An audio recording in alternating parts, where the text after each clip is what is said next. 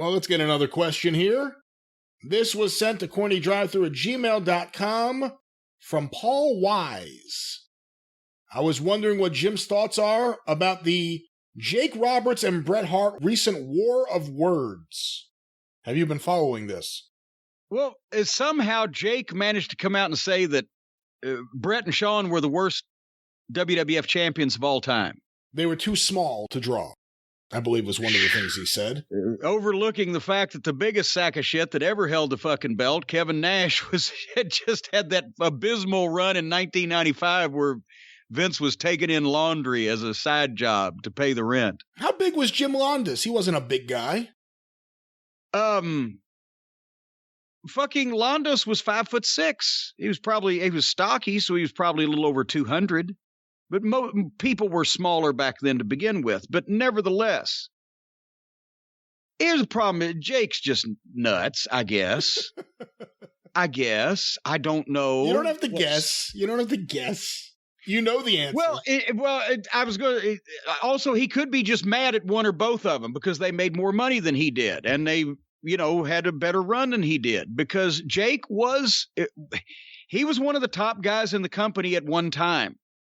But obviously, it didn't last because you couldn't trust him because of the personal practices and habits that he had. And there was either an issue, it's always pending, or something coming up, or whatever the fuck. I think Bret was a better champion than Shawn because Bret took it more seriously. Bret was bigger in Europe. Shawn didn't draw a lot anywhere, but he had really good matches, as we've mentioned many times. Bret had less spectacular matches, but more realistic matches, and was huge in international markets, Germany, Europe, etc., when that was their saving grace in that mid-90s slow period there. Jake was never the top guy because he couldn't be trusted to be the top guy and carry it. He was a top heel, but Jake had it over Bret and Shawn easily, obviously, with promos. He was a great talker. And everybody says Jake was a great psychologist. Jake was a great psychologist for what worked for Jake. If Jake had been the greatest wrestling psychologist in the world, then he'd have been the biggest booker in the world. And he was in the business back when the booker made a lot more money than the boys. Jake was a great promo, and Jake knew how to get Jake over as a slimy heel. Physically, Jake couldn't compare to either Shawn or Bret in terms of conditioning or just the fucking attractiveness of his body. Let's face it. That's why Jake wore a full bodysuit for a lot of his career, because Jake had a shit body, because he wasn't as tall as Grizzly and he wasn't as big as Grizzly. But he was about the same shape as Grizzly. Because Grizzly didn't have a great physique either. It's genetic. So they covered that up. But his work was good for Jake, but nobody can... Jake's work was all about psychology and milking things and etc. And it worked for Jake. But nobody can say that Jake's matches were as good or as good on a regular basis as either Bret or Shawn, or that he was athletically anywhere in their league. It was a completely different style and a completely different person. And I wouldn't be running those things down about Jake right now, except if he hadn't said, well, Shawn and Bret were the shits. No, they weren't the shits. Nash was the shits. I mean, we can go down a list. Can you even rattle off the list? Who was the shittiest WWF champions? Stan Stasiak was bless him, was a journeyman heel who was there for the 9 days at the right time. But he was there longer than that. Stan Stasiak drew houses with Pedro before he won the title from Pedro. He had a pretty good run, actually. Well, yes, but I'm just not... Stan Stasiak is not a goddamn Hall of Fame top 5 all-time. He wasn't Ray Stevens as a worker. I'm saying who would have been... If you're going to say that Bret and Shawn were the shittiest champions of all time, there's a lot of other fucking competition. Jake just is mad at them. Kevin Nash was the champion. His matches were what his matches were, and he didn't draw any money. And at the time, he couldn't cut promos because they hadn't turned him fucking heel and let him be Nash, who is a very personable and witty asshole. He was trying to be Happy Diesel wearing a fucking Bruce Pritchard sweater. So that was a complete shits. We have some quotes from Bret Hart. Okay. I'm trying to see where he said this. Confessions of the Hitman. And now, wait, and let's also let's not forget that the Ultimate Warrior was the fucking WWF champion. He may have drawn money, but there couldn't be a single worse worker that's ever held a major belt. But Jake made money with him because he could work with him. Apparently on Bret Hart's website, there's something called Confessions of the Hitman. And he spoke recently about Jake Roberts. Here are some quotes. He made some reference that we didn't draw, which is always, I don't know if that's a fair view. If you look at any of the WrestleManias, WrestleMania 12, you can't tell me, if you look at that crowd, that I didn't draw. I mean, it was a huge buy rate, and it was packed.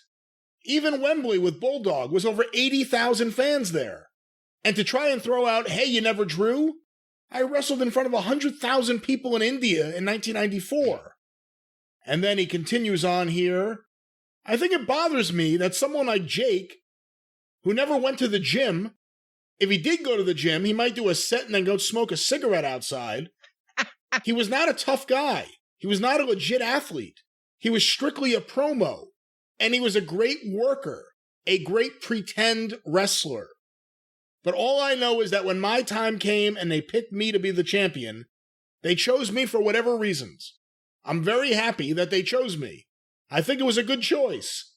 I certainly worked hard enough to get that opportunity. But Jake Roberts said something like we were too small and we never drew big numbers or anything like that. But I say in response to that, where was Jake Roberts? Like, why didn't Jake take the torch? Why wasn't he there?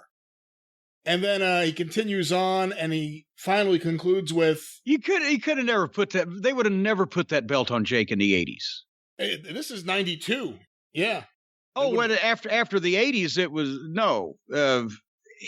You couldn't trust him. See, that's the thing. With Jake's background, it's a wonderful redemption story that he's still alive, that he's still in wrestling in some respect, that he did the DDP yoga, that he's beaten his demons, that blah, blah, blah, whatever the fuck. That's a great story, and you can tell that. But when he comes out and says, and he could actually, there's a number of guys, that, like I said, that he could say was a shits, the Ultimate Warrior, and people would buy it.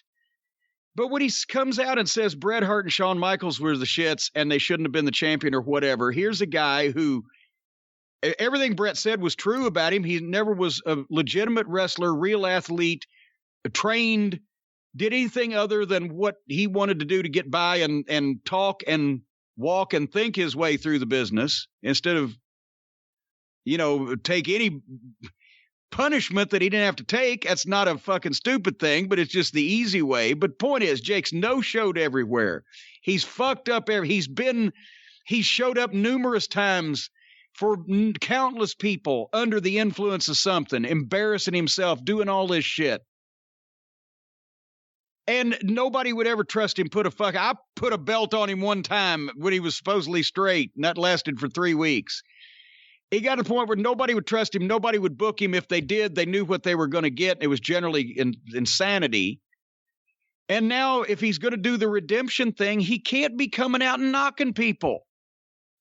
He has to concentrate on his positive stories and his positive redemption. And now he's employed and he's sober if he is, and he's clean if he is, and he's this and that or whatever. And he's controlled his weight or his health is better or whatever. But then you can't just start turning around saying, this guy's the shits, because when you think about it, nobody had more chances or fucked up a better deal practically than Jake Roberts. So he has no room to fucking, if he's going to do the redemption story and everybody's going to feel good about him and him be a legend and everything, he's lucky that that's taking place right now.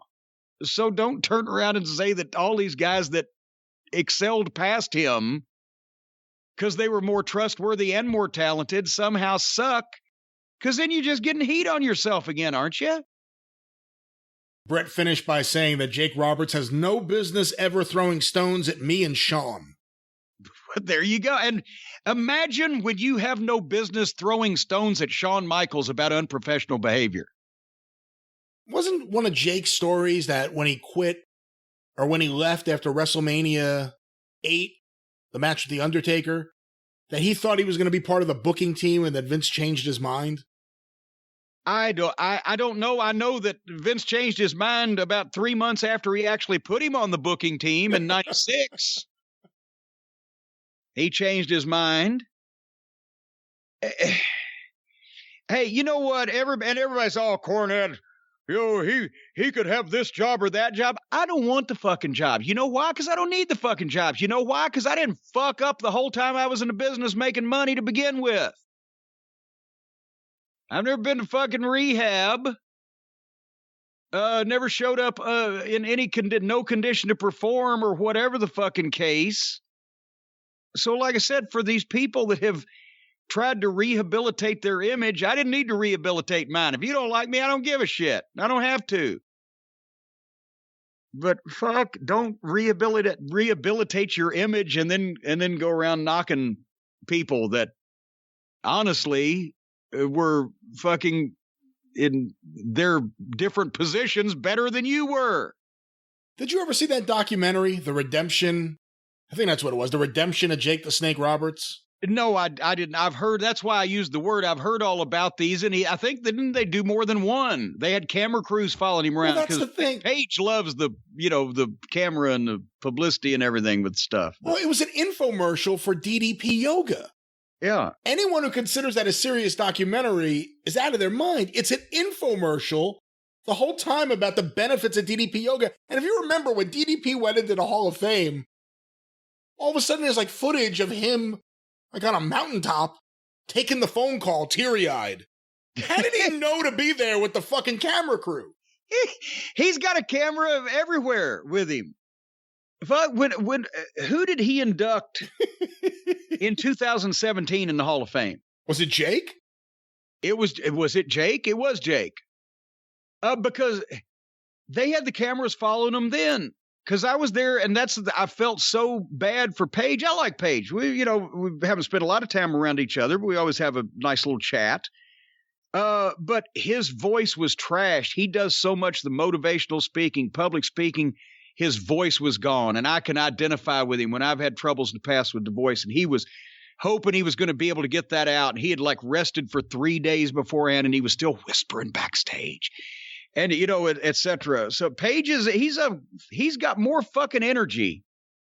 I couldn't possibly imagine having that much having that much energy and giving a shit about other people enough to just talk to everybody that he talks to on a regular basis. Because he's trying to sell something. I don't want money that bad. Yeah, well, that's another point. He is really driven and motivated, and I just, to make money and sell and sell his yoga. Yes. I mean, he's a talker, boy. Let's see him get Michael Hayes on the DDP Yoga. That's your buddy, isn't it? Oh my God, that would be interesting. And here's another thing. What the fuck? I just read somebody tweeted a link to the story the other day that where Michael Hayes got drunk at Steph. I guess because it wasn't their anniversary here recently, Stephanie and Triple H. Oh, maybe. I don't know. I think anyway, Michael Hayes got drunk at the wedding and was singing Jailhouse Rock, and the band got mad and didn't want to play. And then finally Linda had to go and yank him off the stage. And see, that's why, people say, well, Cornette, you can't get along in the fucking corporate environment. Michael Hayes not only got drunk and annoyed people at Shane and Stephanie's wedding, but at one point, because Stephanie and Triple H. I'm sorry, yes, help me. Stephanie and Triple H at one point, and I like Michael too for the Freebirds. I haven't seen him lately. But at one point, they had him taking that stuff that if you drink alcohol on top of it, it makes you violently ill as a condition of his employment up there. But yet I just tell people, hey, fuck you, you're pissing me off, or here's my goddamn unvarnished opinion, and I'm persona non grata. But people can wander around and be drunk and have to take medication to not be drunk and be drunk at fucking, I don't suck up enough. I am not a good sucker. That's what it is, because anyone who says that, oh, Jim Cornette couldn't do it, you don't understand some of the stories that are publicly known about various people who are wrestling executives in that company. Michael Hayes isn't the only one, and that's not even the worst Michael Hayes story. Oh, God, but no, everybody is fucking absolutely batshit insane and has been up there for 30 years. But the one thing that nobody does to get in trouble that I managed to do was just tell people what they really fucking thought. And that was what was impossible to be handled. I'll just be over here, not being a drunk, not being a drug addict, doing a good job, excelling at every fucking facet of the business, and everybody else can be over there sucking up, cutting people's fucking nuts off behind their back, and engaging in fucking ridiculous personal practices that fucking hamper their ability to perform. And as long as they fucking kiss some ass, they're okay. I'll be over here.